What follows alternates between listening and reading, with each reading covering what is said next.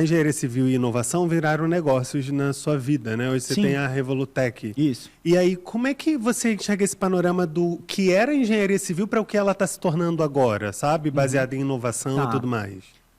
Vou desvincular então um pouco do tijolo ecológico, depois eu volto. A engenharia civil, basicamente, se você pegar os panoramas externos, ela é muito mais prática e ela é muito mais limpa. O que eu quero dizer com isso? Hoje, né, o modelo principal, vamos pegar os Estados Unidos. É uma potência que, obviamente, ela é terrível em vários aspectos, principalmente ambientais, mas ela é uma potência muito grande no mercado, principalmente de engenharia civil e de outros, né? Em vários outros, é uma potência que a gente não pode negar.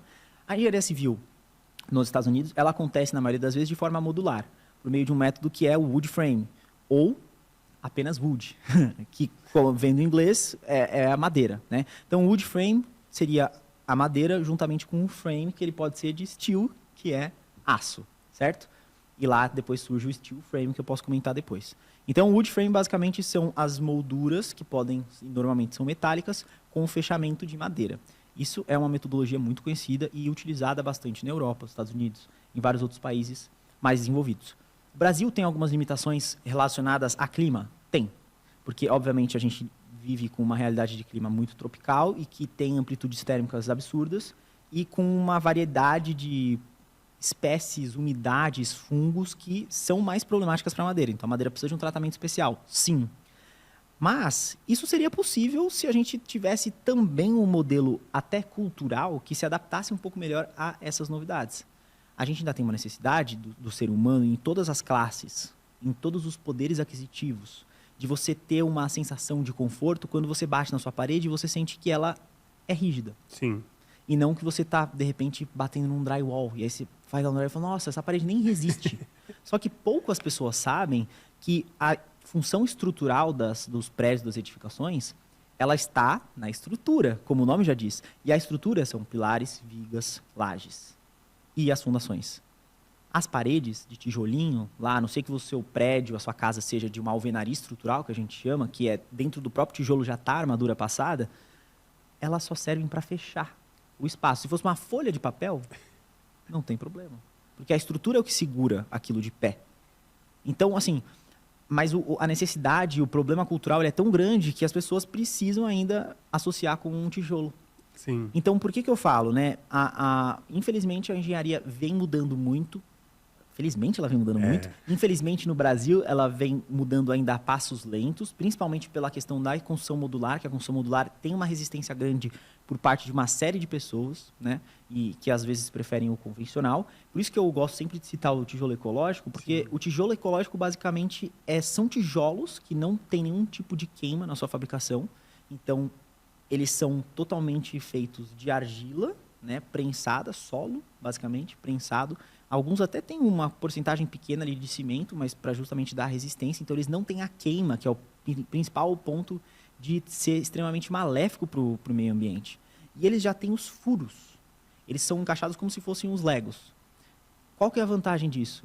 Você vai já montando toda a parte hidráulica enquanto você está construindo. Você não faz uma parede, depois você rasga a parede para passar a tubulação hidráulica.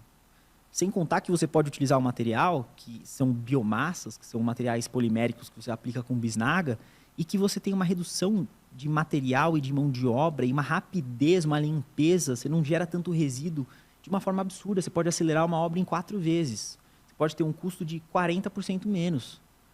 E você vai gerar muito, mas muito, muito menos lixo. Então você tem vários pontos sendo fechados.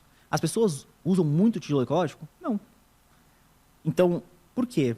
Tem alguns outros entraves, até às vezes tem, dependendo do tipo de incorporação, não dá para você usar para tudo, claro. Sim. Mas você tem muito espaço para utilizar alternativas como o tijolo ecológico que não são inseridas e que tem uma dificuldade muito grande de empresas que, por exemplo, façam todo esse gerenciamento e tenham a mão de obra qualificada para ser aplicado aquele material e vistam a camisa. Falem, beleza, eu não vou trabalhar só com o ecológico, porque eu sei que o mercado não aceita apenas isso. Mas eu vou ter isso como um braço meu. E a gente vai fomentar isso. Então é isso que a Revolutec hoje faz. A gente tem o nosso braço de inovação, de sustentabilidade, que ele é extremamente voltado para produtos alternativos. E coisas que a gente não imagina. Por exemplo, a gente está no estúdio. Tem um monte de espuma de teto. Né? Aqui, eu olhando para cima, nesse estúdio, tem um monte de espuma que elas são feitas para absorver o som, às vezes temperatura. Hoje já existe um material que ele faz a mesma função e que ele é feito de fungo. Fungo? É um material que chama micélio, que provavelmente vai ser uma das revoluções de materiais aí nos próximos anos, porque basicamente o micélio ele é um emaranhado de hifas de um fungo específico que é cultivado em uma base, que pode ser uma base advinda de resíduos da indústria, exemplo, palha, serragem. Então, esse fungo ele é introduzido nesse resíduo. Então, você está dando uma destinação para o resíduo que iria ser descartado num aterro sanitário, não ia ter utilidade nenhuma. E o fungo começa a ser produzido. E ele pode ser produzido em placas, inclusive com característica estética. E também, né, com a parte toda fechada no sentido de características sonoras, térmicas. Ele totalmente à prova de fogo. E ele tem um visual super legal. Aí você fala, bom, mas o fungo não vai continuar se desenvolvendo, não vai apodrecer? Ele passa por um processo de estabilização justamente para que ele esteja ali, mas sem evoluir. Então você não precisa alimentá-lo, mas ele não vai se desenvolver. Por autoclavagem, é um sistema super tecnológico. Já tem isso no Brasil. As pessoas pouco sabem. E não só para a função de você trazer benefícios sonoros, mas também, às vezes, estéticos mesmo. São placas super bonitas, diferentes, assim, com uma textura única. Então, a gente sempre tenta valorizar produtos que hoje trazem benefícios.